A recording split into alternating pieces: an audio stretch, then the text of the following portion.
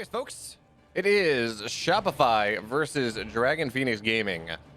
And this, as I say always, but this time it's true, is a significant matchup.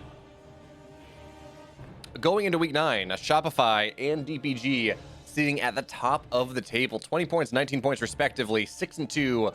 DPG has more map points, has a more positive map win rate, but it's damn close. Pretty much whoever wins this game is top of the table after week 9 with how many weeks remaining? With 2 weeks remaining. So that is fantastic news if you're a Shopify fan, if you're a DPG fan. Realistically, they have both confirmed playoffs, but you want that nice, you want that nice seeding into the finals itself, is what happens. So.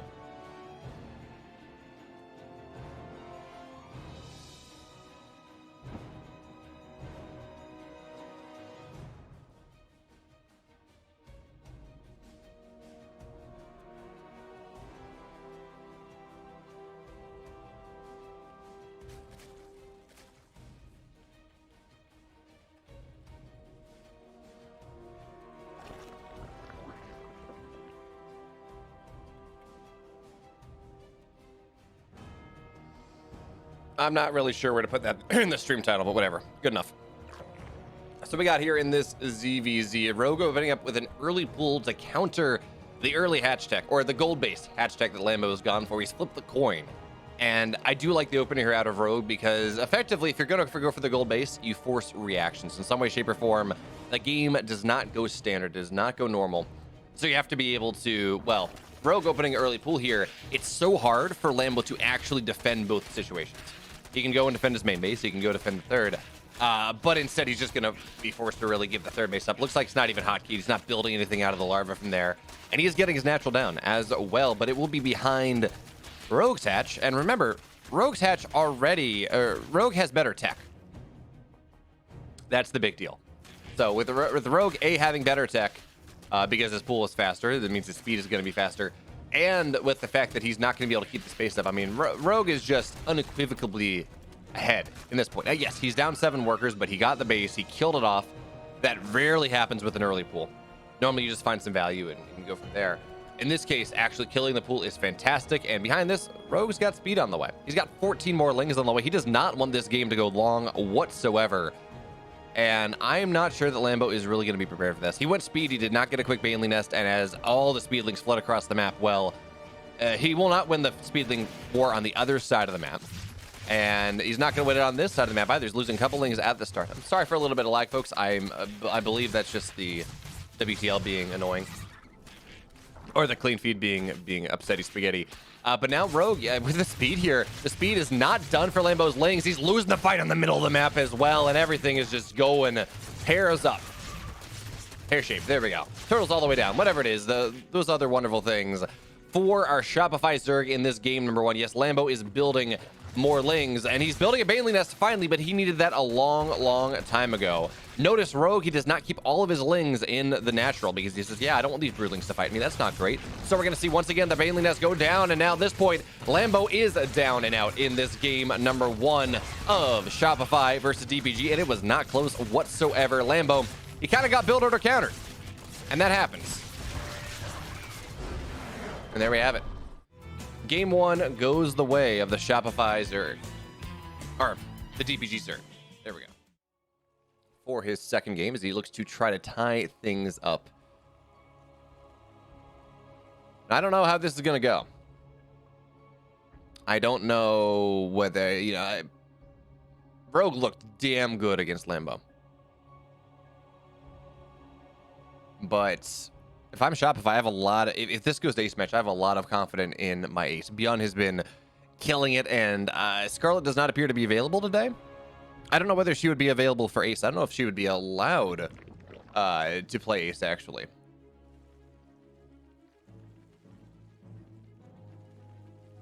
I don't know whether you have to have had played during a series to actually be an ace. I'm not totally sure on that.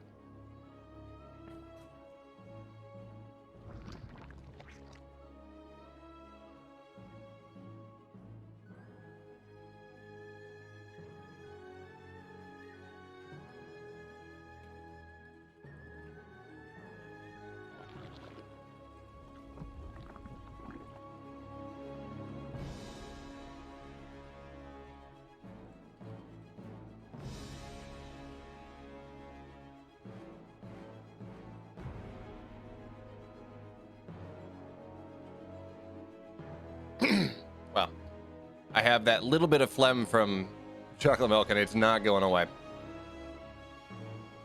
Apologies, folks. But now, this time, instead of Rogue being the early pool man, it's going to be Lambo. Trying to get a little bit of aggression going off. But, of course, Rogue does scout it. The question now is, really, where does Lambo pull off the gas? All right, is this into standard play? All right, let me get myself a bigger projector. Is this into standard play where he says, yeah, you know, I'm going to get 8 to 12 lings. I'm going to run across the map. I'm going to put pressure. Rogue, you're going to pull stuff. You're going to be okay. Or actually, no, this was a 15 pull. So... not even that. Just a little bit of map vision, a slightly faster. I would have expected slightly faster speed from Lambo, but actually that's not true. Because I guess he went pool hatch gas. So really just a little bit of map control, some anti-12 pull shenanigans coming out of Lambo. And that is where things are going. Hello there, Warnell. Warnell.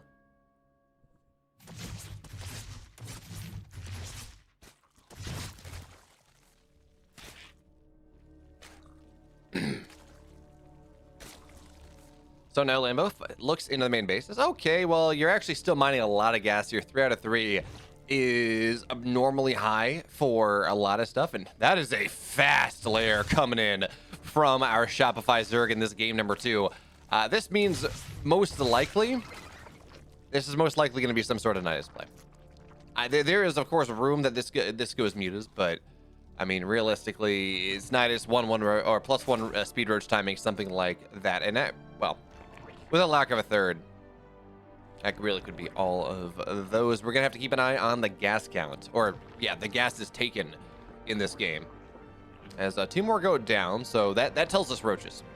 If Lambo does say, oh, yeah, okay, yeah. +1 speed roach is going to be the name of the game from Lambo in this setup. As Rogue does get his third base, but he is aware, of course, the fact that he has a third. His opponent does not. Why am I the only one casting this? Well... Steadfast normally does this in the evening. I don't know why he's not doing it today. Yeah, these games happen in the morning. But let's see. Wardy was doing the Spellforce Invitational into Nation Wars. Steadfast, who's the other one that normally casts it, normally only does Saturday and Sunday real time, so 8 o'clock in the morning. And I would have... normally he does these at night, but I guess he decided not to do it tonight as well. So it means that's me. That's what it is. That's what it means, Luke's on. Old GS is an old clan tag. We appreciate it. But anyways, Roach speed on the way. We're already seeing a highway going out here. Lambo just wants to hit him with a sledgehammer, but Rogue scouts this out pretty damn quickly. Now, he does have Carapace, so while his roaches will not fight quite as well as the roaches of Lambo, what it does mean is that the Lings are going to be a lot more effective. So we're going to see some Ravagers on the way here. He's going to look for the surround of the Lings, Biles on top of the Roaches, and look to just minimize the impact of having all these Roaches. You just drop a bunch of Biles, they get really weakened, and then everything is fine. But actually, okay, Rogue is getting a little active on the map here, kills some of his own Lings, and does not kill the Overlord, and not even a tricky direction coming in from the Overlord there, but you know what? So it goes. But it looks like Lambo... he's going to have to stay home and defend this. This third base going up, but Biles are going to go down, and the Roaches, there's just not enough Roaches here, so this third base will fall. Lings will fall in exchange, but the Roaches, they're not able to chase down the Ravagers just yet. And now this is a 3-base Zerg against a 2-base Zerg. And yes, technically the upgrades are better for Lambo than they are for Rogue, but that's not going to last all that long. Well, +1, or the other +1 is on the way for both sides. And a Rogue is just... he's only up 6 workers, but he's up production. That's the big deal. He's up larva. And the longer this goes, the worse it is going to be for Lambo. So Lambo, while he is going to take a third base, losing that one puts him heinously far behind. And I thought we were going to see him go get super aggressive, because that's what it feels like he needs to do in this game. But instead, he's going to kind of find some Lings on the edge of the map, and he's not really pressuring, because I think he realizes that this timing is just not really a timing anymore. And Rogue +2 Carapace on the way, +1 range just about done. We do have to point out that Lambo's army supply, his roach count, is really nice. He has not been committing to anything other than roaches and roach production for quite a while. So he is still sitting here up 20 army supply with arguably a better army, as the Lings are going to look for the queen, and they're not going to get it. But, oh yeah, well, I think actually Lambo just killed his own queen. Regicide. At its finest, I cannot believe it.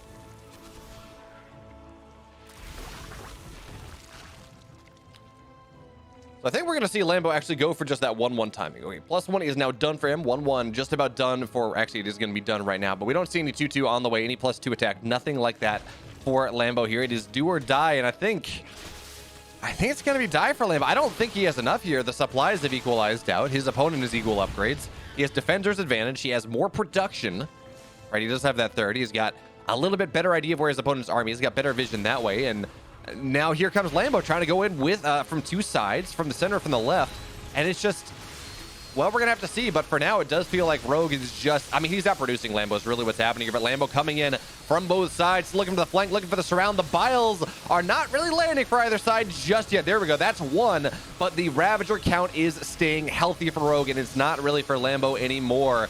And at this point, yes, on the left side, all the roaches have gone down. That group is fantastic. It denies some of the defender's advantage, but coming in from both sides here, Rogue has more than enough to make sure that Lambo falls. He puts Lambo in the Slambo, and DPG, 2-0 lead. It's interesting that Hero's rated high. I think Hero is very good. I think Hero is tremendously good. But, ByuN has had his number in EPT Cups for a while now. He played some fantastic series, and folks, if you have not seen ByuN Hero, if you're not familiar with what I think we can call a rivalry at this point, well, you need to check out my YouTube because we have 3 or 4 banger series going 2-3 maps and or 5. I think there's some finals there too. If Robot does have low APM, this is true. But okay, ByuN going for a Proxy Reaper in this game number 1. Most likely. I mean, it could be Marauder, and actually, single gas, it might be Proxy Marauder. But really, the positioning says it's going to be Reaper. Yeah, there we go. Okay, there's the second gas.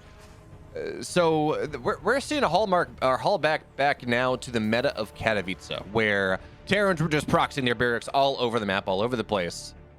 Because it just forced Protoss to get a Zealot early, or at least build a Zealot that they would cancel, and just put a lot more strength, a lot more scouting load on the Protoss. So Hero, no Zealot on the way, gonna rely on an Adept popping out or a Stalker, depending where he decides to go. But our first Reaper is already on the way. So the question now is, how much damage does ByuN get in this game number 1? Bunker go down on the low ground. This is a visible one. So the goal now for ByuN is to try to wedge his SCV into that triple SCV, or that triple mineral pockets, which means that this SCV will not go down. But SCV RNG is really not favoring ByuN here, not whatsoever. So this bunker will not complete, but a Reaper now on the high ground. Maybe ByuN can make something happen when his opponent is distracted. The Zealot is made anyways, and Reaper is going to bump it away. So there we go. 1 probe goes down. And is he going to get even more? Now, of course, the goal for the Zealot is to eat Reaper shots, so the probes don't get Reaper shots. But diving through, ooh, ByuN, that's ballsy. Second probe goes down, and he's got a third. Is he going to get 4? Oh, Adept's only halfway done here, and yeah, the bunker did get salvaged. This is a bit of a problem now coming in from Hero. He loses 4 workers. I mean, my goodness. And there's a second Reaper just about out. So there we go. But yes, OGS looks on. The robot does have low APM. It's not actively pressing buttons. It's autonomous. That's kind of what autonomy means. It doesn't press buttons. But yeah, I'm currently working on my thesis proposal. Hey, Nish. Well, okay, so that's not a fair comparison, Luxon, because what I'm doing does not rely, like, machine learning and robotics are very different. They're not very different, but they are not part and parcel, as that Reaper does fall. Also, Nish, hope your stream went well this evening. Hope you're doing well in the DC area. I assume it's super crazy with protests and stuff like that. But behind this, what does ByuN have? Hey, the 4th Shrine. Thank you so much for the follow. What does ByuN have? He's got 2 additional barracks going down on top of the 3rd one that is running back home. His command center, of course, was delayed because, well, you build something across the map, you do go, and it does get delayed a little bit.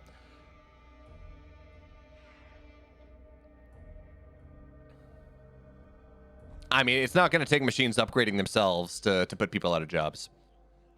Any sort of manual entry or classification job right now is probably 5 years or less from being automated out.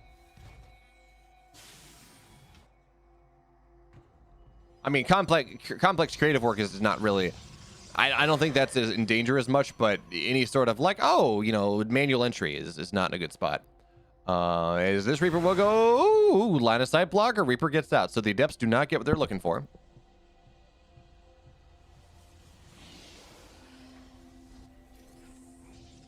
I mean, the stuff that, if you're saying Boston Dynamics is not doing impressive as hell shit, you are incorrect. The stuff that Boston Dynamics is doing is insane. Exactly, Wernel. And that's not even like true machine learning stuff. But Reaper looking for one more scout onto the high ground and is going to get it. Yeah, actually really nice scout here. So he's going to see, well, I can't actually tell you exactly what it saw, but for the cost of 2 Reapers, he gets 4 probes, he gets a good scout off, and now Cyclone's in the middle of the map. Well, they're not going to find much of anything. His hero delayed third base because he's aware that his opponent does want to get aggressive.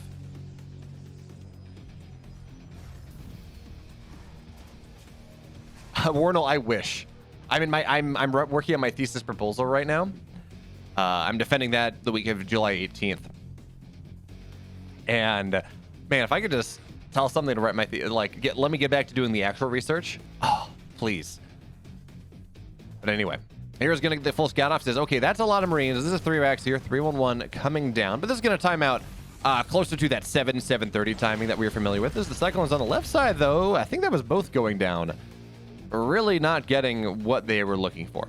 But now ByuN active on the map. Combat shields are done. Stim is done. But of course, +1 is a ways away. But because he's been scouted, he's going to go try and hit a weird timing. Hit this point where it's not the timing that... It's not the point that the timing is designed around. Not with +1 Stim combat shields, concussive shells. But it may not be a timing that Hero is also designing his hold around. Right, we have maybe, I think First Colossus is just about to pop. Extended Thermal Lance only halfway done. So now ByuN dropping into the main base, and his opponent, his Stalkers, the Colossus, are not there until right now. So ByuN does get a full unload, Stims in. But with the Stalkers here, and oh, they're going to get a medevac. This is just a bit of a disaster here for ByuN. Yeah, he gets out with 1 medevac, but we see actually a lot of this stuff does go down. Although, shout out to the Chinese death sounds, because I think they are the best death sounds in StarCraft 2. Okay, Stalkers on the map here, and they do have to be careful. Stim Bio, yeah, they're going to be able to just blink out. Stim Bio is by far well, it beats Gateway units pretty damn well. But here now, his third base is fully set up. He has double forge on the way, charge on the way. His army is not incredible now, but it's enough to stay defensive, and ByuN has just not grown at the same rate that Hero has. Of course, his third base is halfway done at 7:30. Now, it's not the full 7:30 311 timing. You get your, of course, that means you get your third base right around the time that your timing hits. Now, ByuN looking for a bit of a concave here. Wouldn't mind his burrow, but wouldn't mind at this day, at this point in the game, are really not all that great. Although it looks like ByuN kind of missed the blink, so well, that's a bit of a problem. And the second shot goes down, another Stalker dies. Third one, Hero, there we go. He does get the blink on that one. Now blinks forward, looking for a Marauder.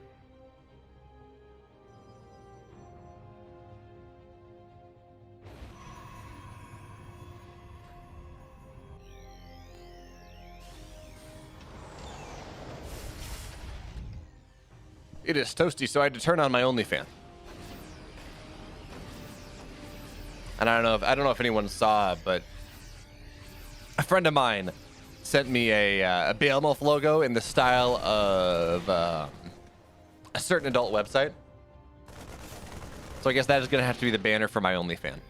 I need to get a little fan on the shelf and put the Behemoth the new logo right above it, so I can have the banner for my OnlyFan. Right? I'm glad you enjoyed the 4th try. Okay, now ByuN. He does have his third base all full set up. He's sitting at a nice economy here. +1 armor just about done. His concussive shells are actually stupendously late. I guess he just forgot. Because by the time that your opponent is decently heavy in this gateway style, you do want those concussive shells. It allows you to fight Marauder or fight Stalkers super damn well. But now Hero into the main base here, looking for that damage. And he's not really going to warp in just yet, not until he knows exactly where the army of ByuN is. So 3 Zealots into the third base as well. Hero just eviscerating ByuN at this point as he's he's defending his fourth base with 7 Zealots. Is what's happening here. You get 6 workers, which is not the end of the world, but it forces almost the entire army of ByuN back home. And only 3 of those Zealots actually die.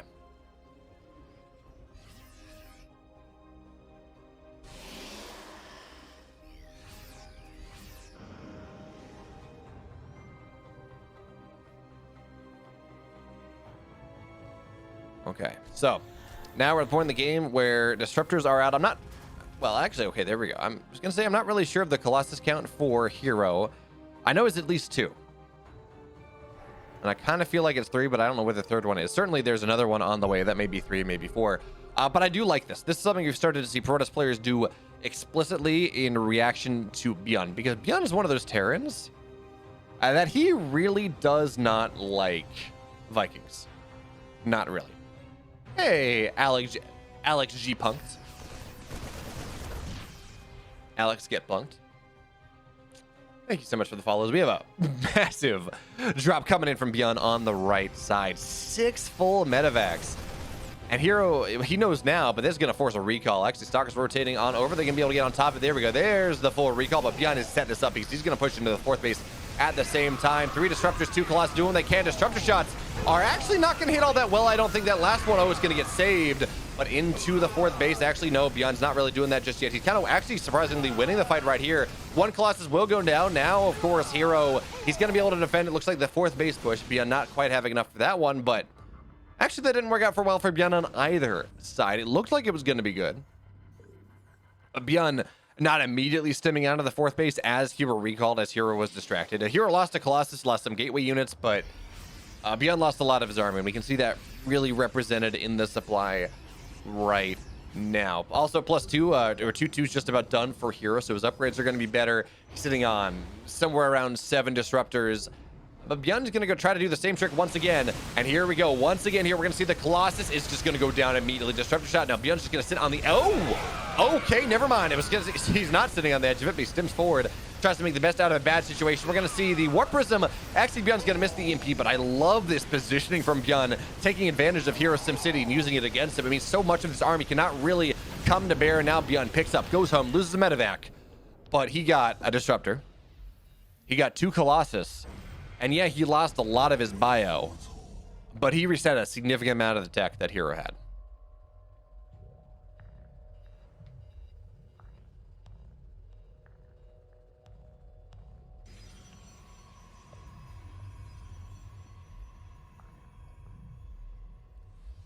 So 2-2 now done for both sides. Third tier upgrade's not on the way just yet.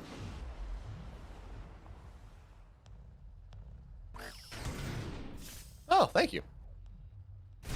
Sedfed's just pinged that I'm doing it in his channel, but okay, here we go. Bunch of DTs into the fourth base of ByuN at this point, but only 10 workers go down, which, all things considered, could be a lot worse. And actually, I do like that. ByuN going quad orbital. This is something we started to see a little bit more towards the end of the charge lot DT meta that. Minimize. It's not gone, but it has decreased in scope just a little bit since the DT nerf. And it's one of those things. It's like, well, okay, if I either lose all my SCVs and a planetary, or I just lose all my SCVs, and if I have orbitals, I have extra scans. And that works really well. So we're gonna see DTs go down, 1 set go, or 3 of them die, but that's fine.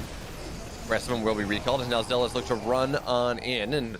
Well, that's something. ByuN actually with a really nice setup here. It's going to be damn hard for Hero to push in, but he does have 4 Colossus again.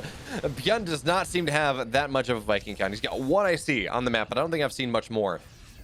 So that's a bit scary. And in fact, most of his army, a good bulk of his army, is woefully out of position. And this is where the lack of a planetary does cause some problems, because there's no real defensive position that ByuN can truly retreat to. At this point, he's no big gun on a planetary to keep alive and make it hard for Zealots and Stalkers to get too close. So what he lacks for in kind of map defensive positioning, he makes up for in terms of economy and scans and kind of map vision. But here we go on the left side. ByuN's going to find Hero's army. Here's going to find ByuN's army. This is a lot of Marines, a lot of Marauders. And again, they're not all that great against, say, 4 Colossus. Really, that's the story. The 4 Colossus are the story here.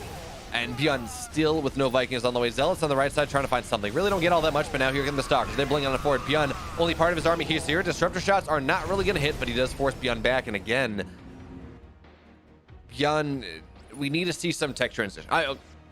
Who am I to say we need to see some tech transition? This is ByuN. He wins these games all the time. He just sticks on middle tier tech, does not get those Vikings, and just looks to outposition the hell out of his opponent. But we do have 4 Vikings here, and that's something you couple with some EMPs, and it does make life a little bit better for the Korean Protoss. Korean Terran.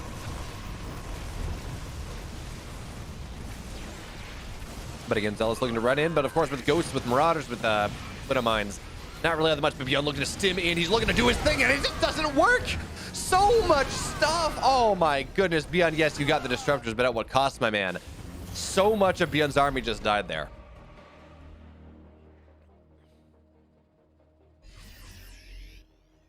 But he does have a 5th base on the way. 3-3, about halfway done. As now here comes Hero marauding on forward. He doesn't have any Marauders, but he's marauding on forward, trying to get on top of this 3rd base position. Stalkers targeting things, as we will just see. Well, actually, Zealots on the 4th base, or the 5th base as well, finding a lot of value. Triple trap in the main base, but Stalkers warp in. And at this point, the Stalkers actually, they can fight this fairly well with the shield battery overcharge and with +3. So ByuN is going to lose an orb. Oh, he's probably going to lose an orbital, unless the repair is going to be good enough. SCV is getting it pulled. 11 orcs go down. ByuN trying to get on top of things, and he gets all but 1. So yeah, he loses some of that bio, but I think in the balance of power, we consider that a fairly effective trade, but not enough, because ByuN lost his 3rd. He lost 15 SCVs. Hero is now on 6 bases. Hey, Naomi's a goddess. Wow, 2 months. Just think, Naomi. In a month, it'll be 3 months. And in 2 months, it will be 4. In 3 months, it will be 5. Incredible maths. Quick maths. All right, but now, okay. ByuN, oh, this is a fantastic concave from the man. Coming on in, 1 Disruptor goes down. 2nd shot gets a decent one, but ByuN looking to pile drive on through here. He senses opportunity. He senses weakness. Disruptor shot in the backside gets a little bit. Colossus are starting to fall, but it's the Stalkers here that are the problem. Disruptor actually is going to blow up one of Hero's own, one of his own Colossus and Stalkers as well. But the Gateway Army, the ground army is the problem because Hero's on 87 workers. ByuN's on 48. Hero with a 20 army supply lead at this point. DT is going to knock things down. And yeah, sure, ByuN, maybe the best possible fight he could have taken. But I'm not convinced the best possible fight was enough. As here, Disruptor Shot's going to go on in. ByuN looking for the snipe. Actually, good hot pick up. A Stalkers blink forward. They say, that's free real estate. We're going to kill that one off. And yeah, the Marauders, they drop down. But so does ByuN's supply.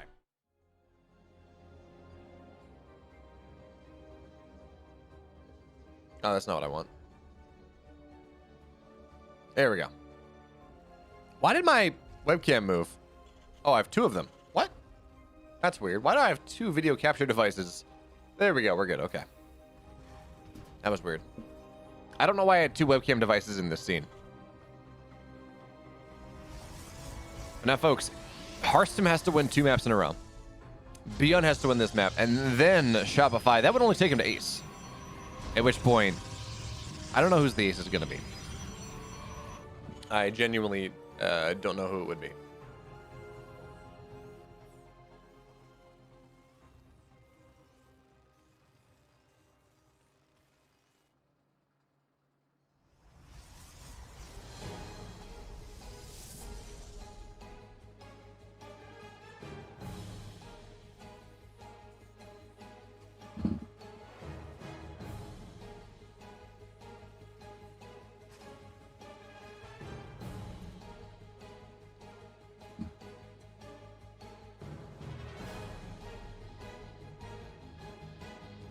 So, in game number 2, remember, game 1 started with ByuN in a fantastic spot. He got 4 probes with his Proxy Reaper.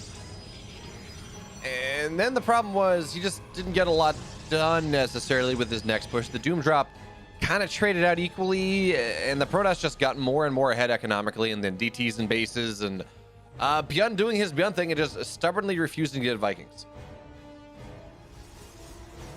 You can do that against 2 Colossus, you can kind of do it against 3, but when you're at 4 Colossus, you really, unless you're taking the God fight, which ByuN didn't find, unless you're taking the God fight, you really, you really need Vikings. It's not a question, unfortunately. So where does ByuN go in this game number 2? Certainly Command Center on the low ground, certainly going for a more economic opening. And Hero opening Stargate. Which is, I'm not going to say it's a good thing for Curious Minds necessarily, because of course Curious Minds is it's a small map. It doesn't have a ton of data space. But if you're worried about proxies, well, opening Phoenix is absolutely the way to do it. Hero also has been playing with this style where he gets triple Oracle, and he gets triple Adepts. He puts triple Adepts in his Terran opponent's main, or natural, and puts triple Oracles in his opponent's main. And that one-shot stinks. So it does become rather complicated, but it will just be Phoenix play here. Phoenix Colossus most likely coming in from Hero. He is a player that does prefer Phoenix Colossus to, say, Phoenix Charizard. Focus on the right thing. There we go. Actually, I'm curious. I haven't looked.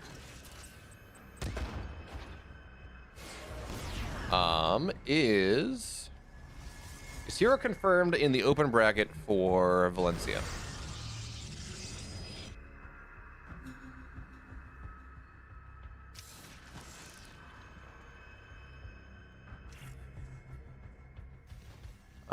Give me back. Valencia. Phoenix flies in and gets the scout. That's about it. Do we have Hero? Yes. Okay. So Hero is going to Valencia. Fantastic.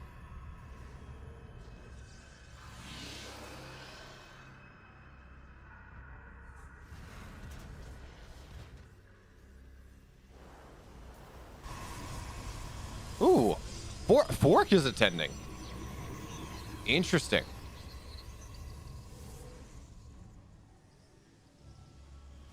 Yeah. If anyone's curious, by the way, who's going to be playing in the open bracket in Valencia, here's a link. But Hero will be attending. So, I don't know why that's super relevant outside of just being excited to see Hero play against Western opponents. And Hero's always been really good to the Weekenders. But for now, he is on 3 Phoenix. 4th one is going to be on the way. Immortal popping out, but there we go. There's the Robo Bay. Hero has not really been one of these players that really enjoys going for Phoenix charge slot. It just has not been his style. He likes the more tech-heavy. It's funny. He really enjoys this more tech-heavy style against Terrans, whereas against Zerg, he tends to do the opposite and not go for... There we go. Thank you. And not go for that. And instead stay on... Well... On this gateway tech, right? That's been really useful for him. Is the Observer goes in and gets it from all sides. Vikings, Marines, and the Widowmine to kill it off. But also, it's a good scout. You know where the Widowmine is. It means that Hero is probably not going to fall victim to that one nearly as much.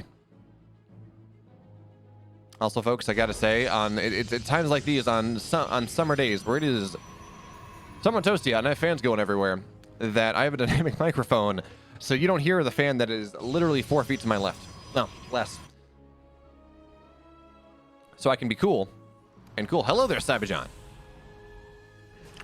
I am back from my brief vacation. It was a working vacation, but my brief vacation from streaming, at least.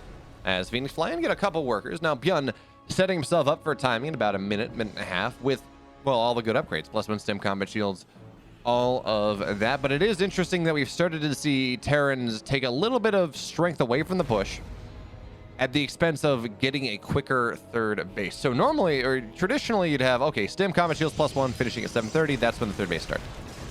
In this case, we started to see Terrans do it a little bit differently. Go for that 6-minute third, have less units, but a stronger economic situation behind that. Is now ByuN running across the map here. His stim and combat shields are done, and no, that's a good disable, but force fields are going to do what they can to keep ByuN off things. And we're going to see the one Viking fall, and ByuN not really able to find his way on the high ground just yet. Colossus disable is finishing up right now. So good disable. But force fields keep ByuN back off things. Shield battery overcharge is just a wonderful tool. ByuN looking for a drop on the north side, but the Phoenix, they do scout that off, so that's not really going to happen. And Hero has effectively secured his third base. For right now, it's a 20 army supply lead, though, so that's always going to be scary until Hero gets to 2-3 Colossus. Something like that. But ByuN. Extra barracks now going in. Again, another disable here, and this is ByuN. He's been looking for the time. Shield battery overcharged. However, popped once again, and now there's a second Colossus on the field. But ByuN saying, okay, well, maybe this is an opportunity. Third base away. I have the high ground here. One Colossus is going to go. Oh, there we go. Now it's going to go down. ByuN with a fantastic concave, finding his way on in here, but he can't go up the high ground. Not with the Colossus, not with the Immortal. So he kills a Colossus, loses a lot of his army for it, and at the end of the day, it's trades. But again, ByuN, his third base is much faster than it would be with the traditional 3-1-1 setup. What country are you? Where are you from, Sabajon?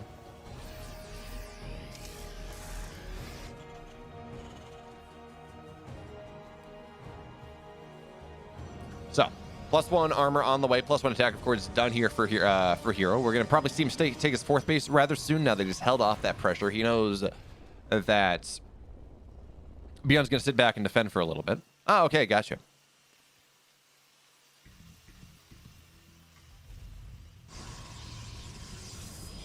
Okay. Anyway, charge on the way, +1 armor. Just about done. And we should see the fourth base coming down from Hero rather soon. As ByuN, he's not being as stubborn as he was in that last game. He's actually building Vikings. He's kind of realized that maybe Hero's going to look to punish this with this lack of desire to build Vikings. So he's building them in this game. They're coming out 2x2. Of course, you do want 9 to 12 Vikings to deal with 3 Colossus. So the addition of the Phoenix, they muddy the math a little bit, but I think a couple of those Phoenix died, so we're at like 3 right now, 3 or 4. It's not as problematic as the 9-10 stat style Phoenix Colossus that has really started to take over from the 5 Phoenix style. And really the big difference there is you maintain Phoenix through multiple fights with the really heavy Phoenix setup. Whereas if you go for 5, you kind of have it for the 1, and by that time you get blink and you move back into ground toss. And it does feel like the 5 Phoenix style works better against what ByuN wants to do, because ByuN doesn't really rely on tank pushes all that much, or things where you need to lift a lot of stuff. But ByuN does have his fourth base a lot faster here, really not feeling comfortable enough to take his fourth base just yet. Now the army's on the other side of the map. Hero, bit of an expedition here, but that means he's just going to lose the scouting pylon, and ByuN with the scan saying, okay, where's this army? It's not where I would expect it to be. As the Phoenix goes down immediately, ByuN's going to just dive on top of this disruptor, knocks it down, now sits on the edge of things. But 3 Colossus are still scary, of course. Oh, there we go. You just disable it, that's fine. And we see a disable on the sentry as well, so it's so damn hard here for ByuN to do, or for Hero to do much of anything. That 1 Colossus is just, it's dead. And it's not going to find much value here. ByuN microing backwards on the edge of range. Immortal's starting to follow the Vikings. They're still there, and this 1 Colossus is not really doing all that much. ByuN sitting on the low ground. He's going to knock down the Robo as well, so no more disruptors into this army. And every time Hero steps forward, the Vikings, they're looking for those shots. Blink is still not done. Shield battery overcharge has been popped. ByuN now, he's going to try to go for it. EMPs blanket this army. The Colossus does fall zealots from the backside, but here comes the reinforcements of ByuN here.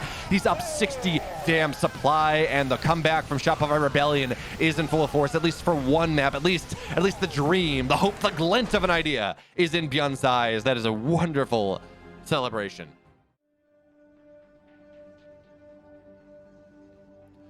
This happened at around 8 a.m. this morning, and it's really hard for me to cover that. Technically, I could do Saturday mornings, but I like providing this to a different audience. It works really well. We let Wardy and Steadfast, if he's doing it, cover the European audience, which starts at around 2 in the afternoon for them.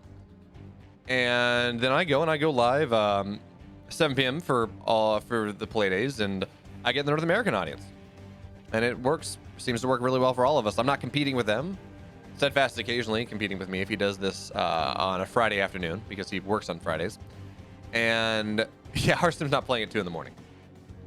Although, let's be real, Cyberjohn, those are just standard gamer hours. We support DGen gamer hours. But how is Harstem going to 2-0 the 2021 Season 1 GSL champion. The man who has made his career off of A, being very good in TVP, and B, winning online.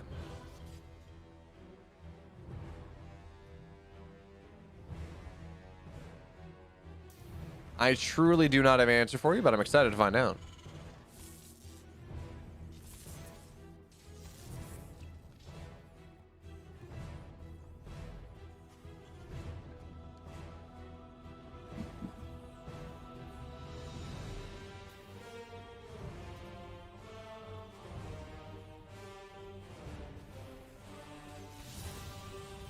So, for now, nothing strange, nothing out of the ordinary for really either player. Reaper Expand coming down from... Actually, was that a Reaper Expand?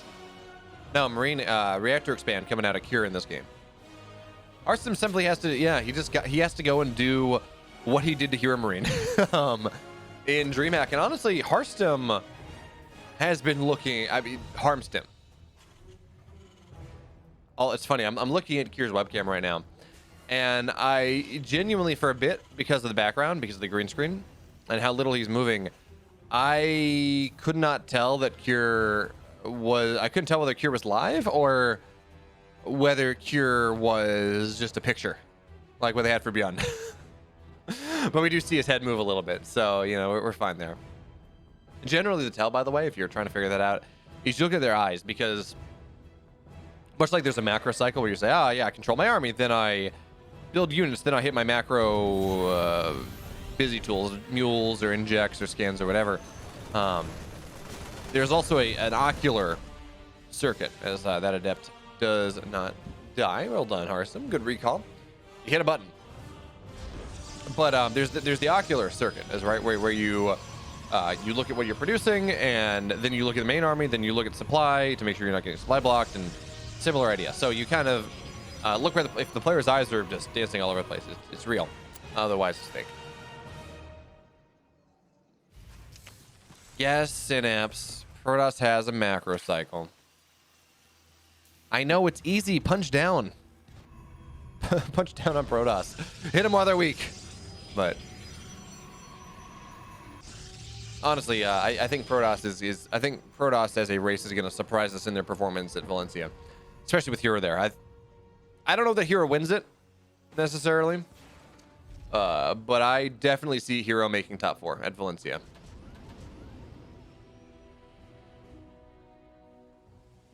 Start in. What are Blink Stalkers then? Just quick question. Like, what do you consider Blink Stalkers then? Okay.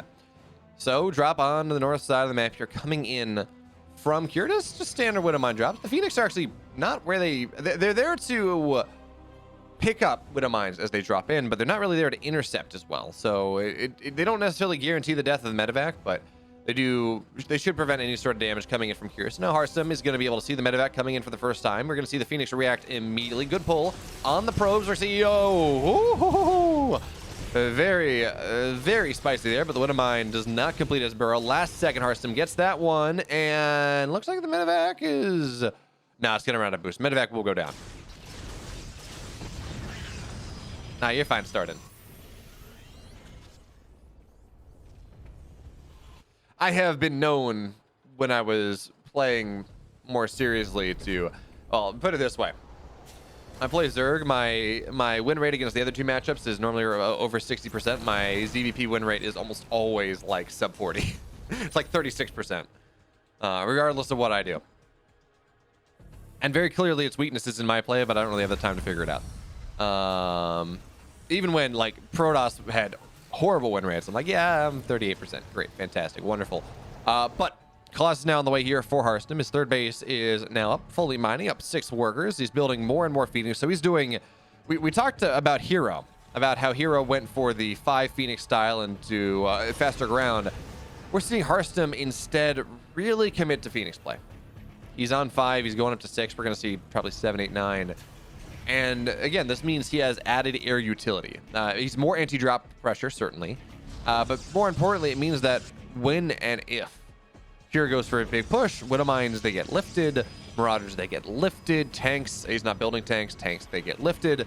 all of those wonderful fun things. And it makes it also easier to snipe the Raven, which is going to be one of Harstem's goals as he looks to dive on in. Looks like he took a Widowmine shot, though, which is unfortunate. But now here looking to zone out the Phoenix here of Harstem. Lock-on's not going to get much done, though, so that's okay.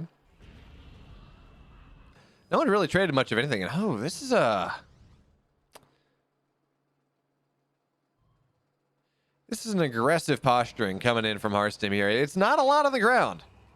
It's a single Colossus, and you got to be very careful. But if he forces the... Actually, that's going to be a big deal. If he goes and he forces the disable, forces any Raven spells before the fight kicks off in earnest, that's going to be a significant win. Significant win coming in from Harstem. But he's not able to quite do so. But also, the timing's not ready for here just yet. Phoenix run on the other side. They're going to get some Widowmines. That's always nice. One Phoenix falls. But there's still 5 where that came from. And I very much expected to see Harstem go and build 7, 8, 9, but he only got 6. And now he's at 5, which, okay, maybe there's a buffer of 1.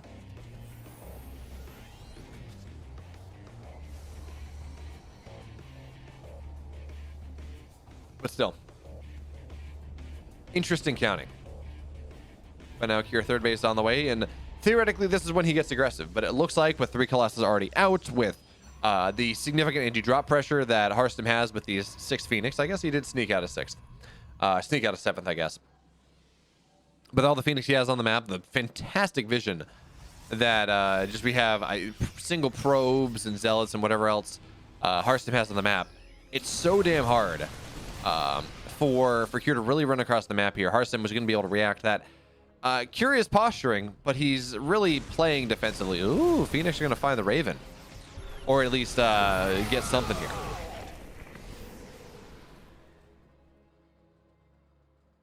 Okay. Ghost Academy just about done. Eventually, Kier moving to the next step. And we do need to point out that unlike ByuN, Kier actually builds his Vikings. He's interested in entering Valhalla, being one of the Northmen. Which was a movie that I did not see, but the trailer looked good. I don't know if anyone saw Northman. Or was it the Northman?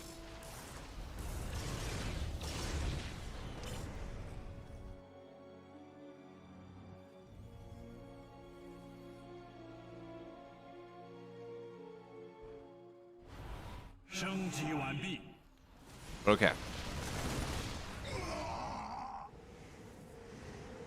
It was awful? Oh, that's disappointing. Like, the trailer looked good, but... Yeah, I just saw the, Doctor... I don't really have a movie theater near me, so... there's one, but it's called the Sticky Six, because it's just not cleaned all that well. As the Phoenix run forward looking for a Marauder, but the army of Cure turns back around, and Harstem, while he's trying to get aggressive and trying to make something happen, really, this is just to secure space around his 4th, so he can get his 4th base easily. Interestingly enough, not interestingly enough, he does recognize the threat that the Raven does provide, so he's gonna look for the feedback. Does he get it? Yes, he does. The Raven threat mitigated. If Cure wants to push for that, it's not really gonna happen all that much, as something has killed 2 probes. I'm not really sure what that was, but anyway, I did see the new Doctor Strange movie, and I was honestly a little disappointed. I didn't think it was incredible. Maybe I'm just growing tired of the Marvel, the Marvel formula. Is Zealots are gonna look to run in, and they get 1, but the rest of it, well, the 2 of them are gonna find their way on it. It will distract Cure for just a second. Right at the same time, it looks like Harstem getting aggressive on the middle of the map here, but Widowmines and Vikings are gonna be able to keep him out for now. Taking a look at the upgrades. Harstem is on double 4s now. He's happy with that one. He has 1-1. His opponent got 2-2 on the way, but Harstem will have a brief upgrade lead before he falls into that deficit. And now, finally, Blink is going to be on the way. His charge is, of course, done. And Harstem just trying to find his way up on the high ground. But with our Viking count, it looks like 9 Vikings, it's really hard to attack into a position.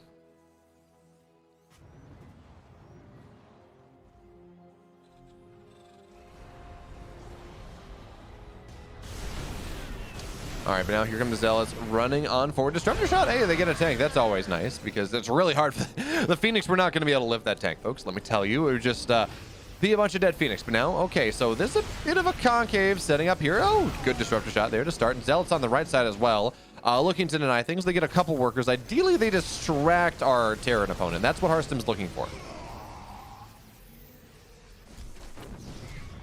Yeah, you know, not your mom's mom. I wouldn't go that far. Because, say, the original Hulk and Thor Dark World exist. But Disruptor Shot's going to run on forward. Liberators are a bit of a problem, but... Okay, Cure will split off rather nicely. Where are the Colossus? They're just not really... Yeah, so Harstem is just... He's posturing.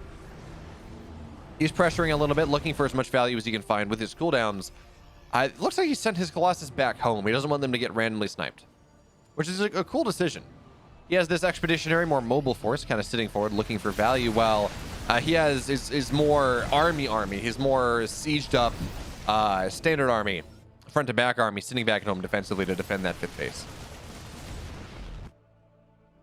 I mean, starting at this point, there are ghosts on the field with enhanced shockwaves. Storm doesn't do a ton. Now, I can certainly see an argument for, say, adding a couple Stargates on 10 gas and saying, yeah, okay, we're going to go into carriers. Because that does seem to be the ultimate Protoss late game against Terran. But realistically, if he wants to play this high trading style, well, you got to take better fights than that one. He's not really able to get on top of things, and this is even without extended thermal or extended Liberator range being done. When Liberator range is done, that's an even scarier thing, and we're starting to see why you get Liberators against Disruptors. You just really can't go and do what you want to do. Is a couple probes run on the other side of the map trying to knock down some of the mineral patches, but they're only going to get one. As now again Liberator sieging up, but Harstem found a nice little angle. He does get one, well, he gets one Liberator, and well, that's something. But Liberator range is now done. There's an army on the right side trying to knock his fifth base down. Harstem again loses a Archon, and he's just not trading all that well.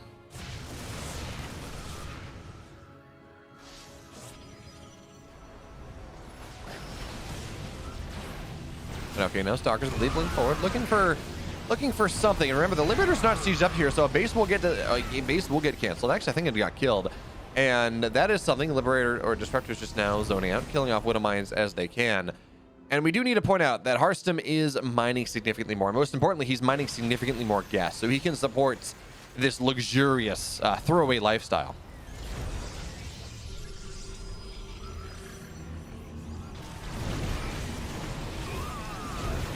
All right, but okay, again, with the Liberator range setting up here, you can't take that fight.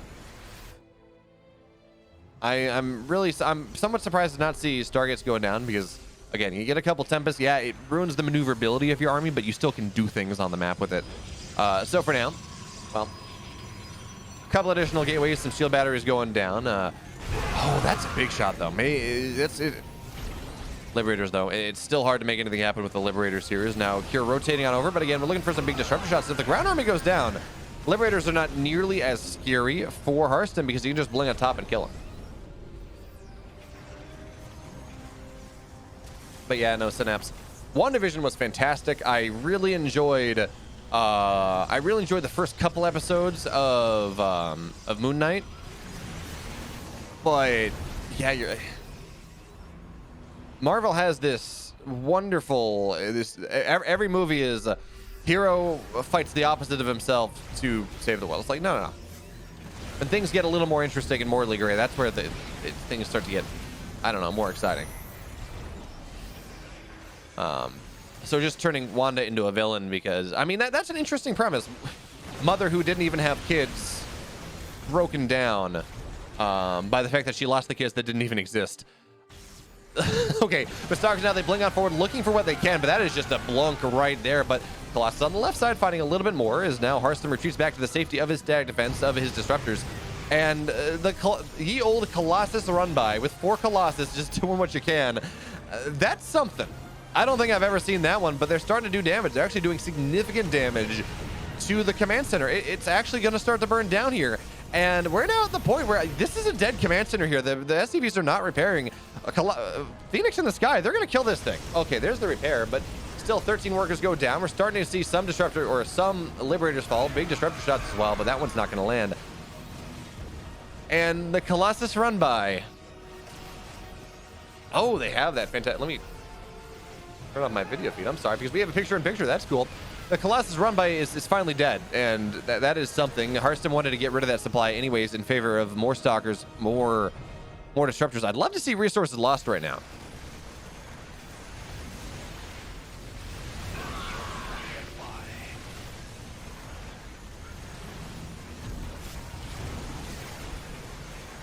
But okay, now Kira feels comfortable pushing on forward here, knocking down some of the emplacements, but really the problem, it's a blessing and a curse, is that it's just a bunch of Liberators, but also Liberators don't really kill structures, but if you're caught in a choke like this one, that is not a good fight for Harstem whatsoever, but DT's on the right side as well. They're going to kill a base. Scans do just about nothing.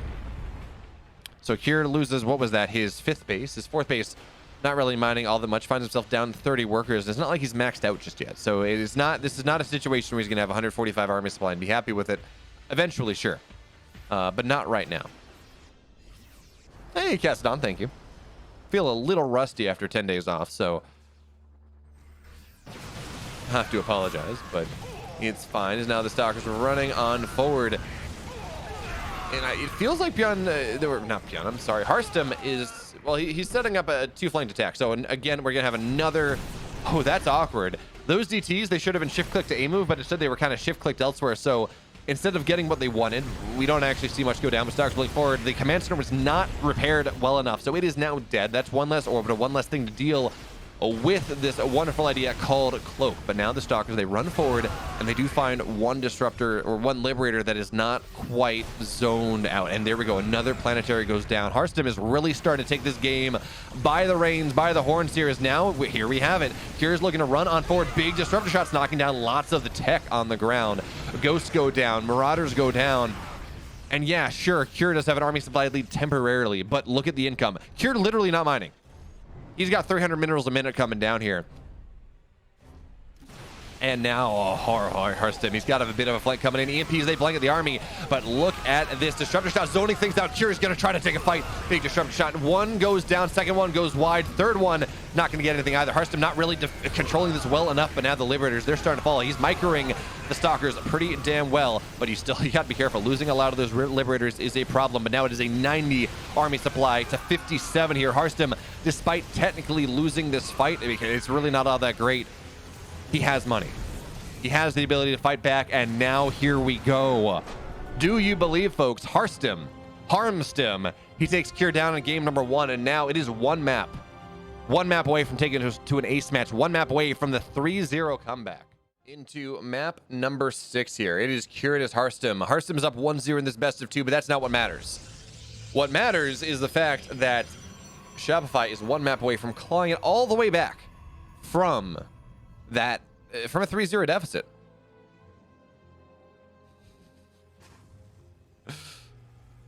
You're Alex G. Punked. Year of Harstem. Which I don't know whether that was a typo from Lambo or not, but I love it, and we're going with it. Put it in the corner of my stream. We don't need face cam. We just put the ByuN logo.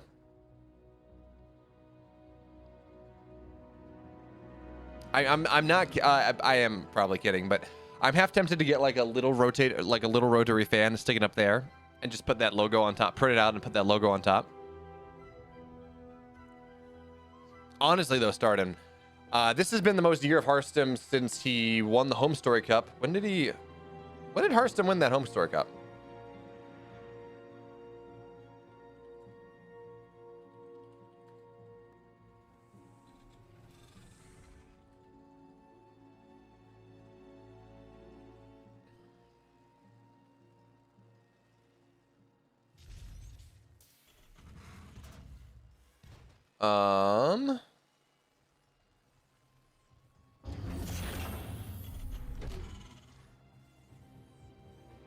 I could have, yeah. In 2006, this has been the most year of Harstem since Harstem 4-2'd Scarlet to win Home Story Cup 13.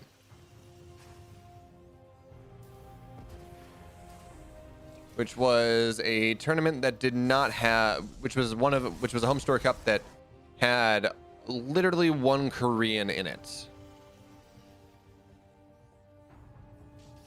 Had True, who actually, what happened to True? Who actually was 3-2'd by Scarlet in the quarterfinals. So, yes, 2016.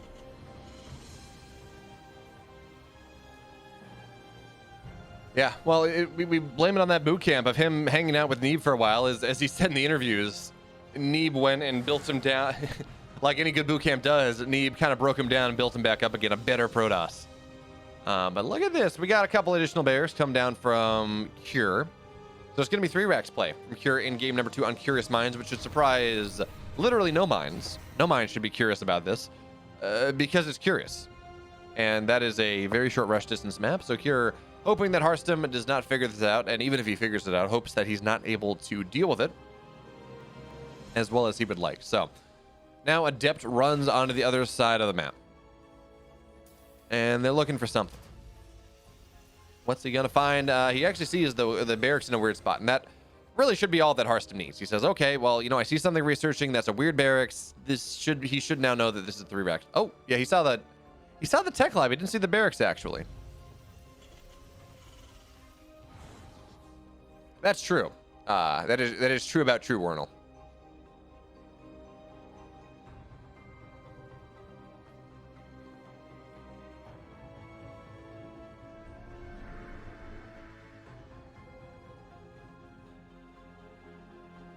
Thought I heard a voice popping out. I'm like, wait, did I have one of those interesting scenarios where like you have a Twitch stream up and it decides to host someone, and then you're like, okay, why do I suddenly have sound on my speakers? But we're good.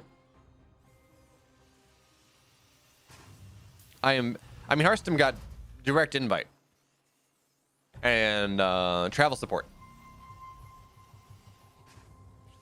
I mean, I think the food industry, I think this is the I'm pretty sure this is the haircut that Curious had since like the beginning of time. Pretty sure he has something very similar when I met him at Red Bull Battlegrounds DC back in 2015. So anyway, Oracle now looking to fly in. Is Cure running across the map? His stim is just about done. Combat shields as well, and he is actually losing some SCVs here, which is not exactly ideal. But with the Marines arrive, he actually got to be... Oh, Harstem, does he have the math here? He absolutely does. That was just not enough Marines. So yeah, 1 Oracle gets very low, but the 2 Oracles are still here. 6 workers have died thus far, but now Cure on the other side of the map going in. A shield battery overcharge gets popped. It's not really making much happen. Oracle, it looks like 7 workers total will pay that price, as 1 Oracle did fall, but now there's an Immortal out. Shield battery overcharge, though, it's going to be done soon enough. We need to see another sentry get warped in for the force field. It's anti-Magneto helm. That's just wrong. Man, I was excited to see, you know, Professor X, Ian McKellen, show up, right? Do that, and then we got like 10 minutes of screen time, and then he died. I'm like, everyone was excited about the Illuminati, and it's like, well, emphasis on the not in Illuminati. Because they did not exist for very long. But okay. Now Harstem, he has survived the worst of, in fact, getting counter damage as well, so he maintains his worker advantage. Third base going on down now as he adds Phoenix into the fray with Colossus as well, so it's going to be damn hard for Cure to go and really do much.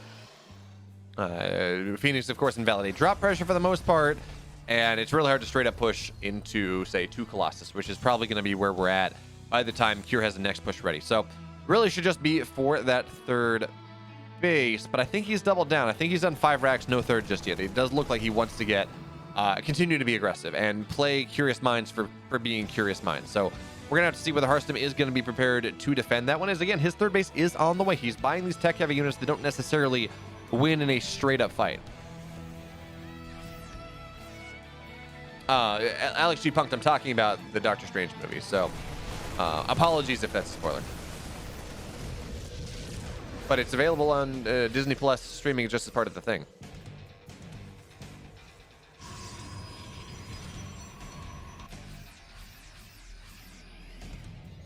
Is WTL moving to the new map pool? I don't know yet. They might for playoffs. I know there have been questions, but I don't think there have been answers just yet. But okay, single drop on the west side, but Phoenix are there to defend. 2 Colossus going on the low ground because Curious, he's just trying to find openings somewhere, but Harstem is buttoned up tighter than my coat on a cold winter day, and believe me, it gets damn cold here in New Hampshire. But Cure anyway is going to stim in. Shield batteries go down. Actually, it looks like Harstem is just going to give this one up. Drop actually found its way on through, even with the Phoenix here. So the Marines, they're a little bit separated out. 3 workers do go down, and actually Cure, he does not get the third base. Harstem's able to run on over. So yeah, Harstem loses 3 workers, but Cure doesn't get the base. And that is a wonderful scenario now for Harstem, as now force fields are going to be okay, but not incredible. Colossus microing backwards. The chaff is going down, but the wheat still stands strong here. So many of those Marines go down. Again, Harstem pulls the probes, but doesn't really need to. Because again, Cure cannot break the third. Again, Harstem keeps himself safe. And again, Cure is not happy because it is 8 minutes in. Cure's third base is only 25% of the way done here. So we're going to see Widow Mines go down immediately. 3 Colossus are a powerful tool, as a couple Marines will go down here on the exchange. Eventually the Twilight will be the name of the game, but for now, Phoenix, Colossus, everything. Actually, Harstem may have charge anyways. But Phoenix, Colossus, and just stuff on the ground to buffer out this army is exactly what the doctor ordered if you're a Harstem fan. And hey, Ganoy, thank you so much for the 500 bits. As again, Harstem now feels a little bit more agency on the map. So he's going to be able to knock down some of the reinforcements, a medevac, a couple Widow Mines, and now into the main base. Harstem, Cure goes, but the entire army is here. This is not something you want to drop into. He's going to try, but everything's just going on down. Widow Mine will success. No, it's not even going to burrow, and that is just it. Harstem with a fist pump to all hell. That's the ceremony we're looking for, because he has dragged back Shopify from the depths of hell. But this is about as even as you get. Hot hands versus hot hands. Hero is the best player. I do believe that Hero is probably the best player in Dragon Phoenix Gaming's arsenal right now. Certainly now that Zest is gone. And Rogue has not been super hot. He's not going to be able to travel, of course, out of the country for Valencia. And not going to be able to travel out of the Chrome Story Cup. So, realistically, if it's not Darko, I guess it's not available this week because we didn't see him in the regular setup. It's got to be Hero. And of course, I mean, ByuN is ByuN. Would have been cool to see a Hero Harstem matchup. That's not one I think I've seen before. Hey, Booty Nods.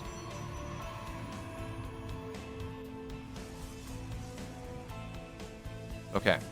Remember, folks, there is some heritage here. We've seen 2 matches of this thus far. We saw ByuN go for Proxy Reaper that found decent value, and then he just was not able to get enough with the follow-up, and eventually Hero out-expanded him, he got damage done, and that's how Hero took Game 1.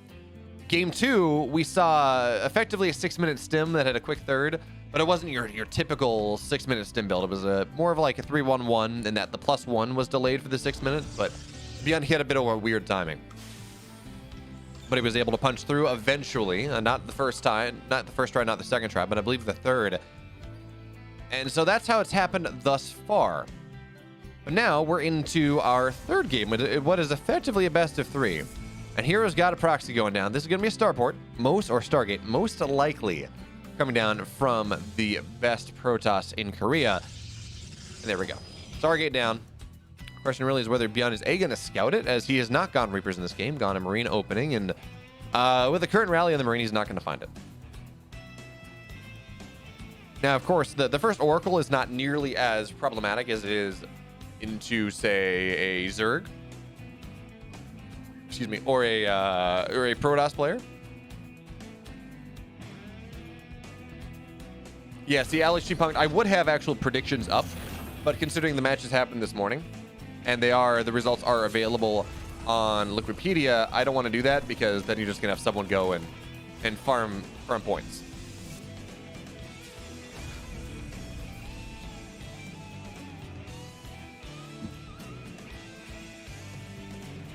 Oh, this is cool. We have Proxy Phoenix. Now I'm assuming this is a reaction to what Hero scouted, the lack of a natural, for example. And then he says, okay, well, there we go. He's going to find some Hellions too. He's going to say, okay, this is going to be Hellion play. He's going to have to just build his Phoenix on the other side of the map, send them home. But remember that the Hellions are, the Phoenix are not home. They're going to take a while to rotate over. You're not going to have this really solid defensive utility that you might otherwise have. And I think we're going to see ByuN bait this out. I think we're going to see an empty meta. Well, actually, it may not matter. I was thinking there was a world where we just see ByuN go and bait the empty medevac into the main, while he dives into the natural with his Hellions. We're gonna have to see. So Now ByuN into the main base. The Phoenix going to find this, and of course, you just look to lift two of the Hellions to start. But okay, good lineups right now, and no, you got to be very careful here, ByuN. Got to be damn careful indeed. But still with 3 Hellions here, now it's 2. 4 workers go down. Make it 5. Make it, yeah, actually ByuN is getting absolutely, he's making it worthwhile. 7 workers go down. He forces his opponent, who went proxy Stargate. Right? Hero went proxy Stargate to build Phoenix, send them back home, and ByuN still finds value. All right, that is actually a fantastic scenario for ByuN in this game. It really is. Because, well, effectively, the magic number is 8. The magic number is 8 when we talk about how many workers you're looking to get. ByuN got 7, and this was against the proxy. This was against an aggressive Protoss that is not quite committed to economy. That necessitates you getting that 8. ByuN is up 6 workers. Right? I know food industry, you're saying ByuN's going to GG early, but so long as ByuN survives the Phoenix play, and I mean, there's a lot of Phoenix, you have to be careful. So long as ByuN survives this, really, he's going to be in a wonderful spot indeed. So 1 Phoenix goes down. We're going to see a second one fall. Not quite.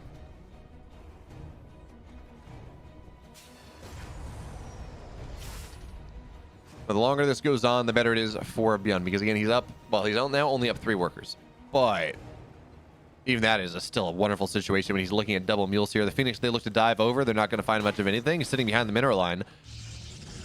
But Hero's got to find some way to wiggle his way out of this one. I do like the Twilight. He understands that there's no way he goes Colossus here. ByuN is just going to steamroll him with his army in a couple of minutes. So instead you go, maybe you get Storm. You get something that, well, maybe not necessarily as technically good as Colossus. It allows you to, if ByuN is not paying attention, you just wipe something out. Disruptors are another good example of that one. Or you just kind of win with beef. You just really commit to army supply. You win with beef. You knock the army down, and that allows you to buys you a little bit of time. The Phoenix, they dive in, they get something. One SCV here or there is not horrible, but again, these Phoenix are going to have to be worth their weight in gold, in Vespine, whatever, in gold minerals. There we go. They're going to have to be worth their weight in a lot of stuff for here to be really happy here, and I just have not seen the value just yet. But charge is on the way. And maybe you get a lot of charge loss. That'll be something that works out for now. Triple Cyclone, of course, is wonderful here for ByuN. It makes it pretty much wherever this army is, the Phoenix cannot be. And ByuN is not leaving Hero room to do much. Stim is just about done.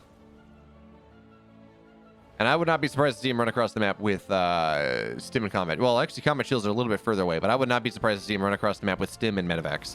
Combat Shields should be done not by the time he's on the other side, but shortly thereafter. And it's going to time up really nicely with +1. And we're at the point where Hero, his army supply is pretty abysmal, and 12 of that is in Phoenix, which can kind of fight, but not really. Not when it's just Marine Cyclone. So +1 just about done. Combat Shields about 50%. Again, Combat Shields is a really quick upgrade. And ByuN is going to look to try to cancel the third base that's actually just not up just yet. But okay. High Templars have been warped in, looking to build that energy up. Storm is on the way, but looking at the timings we have, Storm is not going to be done by the time that happens. Oh, big Widow Mine bait there. Great job there. ByuN, 2 Phoenix die. And as the Biostim is over looking to defend, Hero does not find his way in. But by equal measure, ByuN not really pressing in just yet. He does feel like he needs Combat Shields before that happens, I guess. But now, okay, ByuN onto the other side of the map. Storm halfway done here. Concussive Shells done in 10 seconds. Combat Shields done right now. +1 done. ByuN has pretty much everything he could ever hope for in this game. As the Phoenix, they're trying to knock down some Marauders, and they will be successful in some way. But as, okay, here comes the Bio. They're going to go for it, snapping down 1 Phoenix, getting a second, not quite, but pretty much invalidating it as its HP drops to near zeros. Now the second will look to run on forward, looking for lock-ons. Oh, they're going to get lock-ons on 2. Oh, but first Storm is now done. That's so much damage here on ByuN's army. But even still, it's a 30 army supply lead. The army can't get too much closer. Widow Mine shot once again does not drag. All the Phoenix are now dead. And there we go. More and more Widow Mines going down on top of all of the Zealots here. The third base is just dead. And that last Storm is going to whiff in its entirety. So we have no Storms on the map anymore. ByuN with a 30 army supply lead here. Cyclone's locking on top of this the Archon that actually It's not even an Archon just yet. It's an idea of one. And there you go. It's going to morph in now, but Shield Battery Overcharge is not really keeping it alive. Shield Battery Overcharge is not keeping anything alive here. And ByuN, it looks like he has everything that he needs to take this game. Number 7, Shopify, they were down 3-0, and they take the series 4-3. They secure their spot at the top of the table in WTL as of week 9.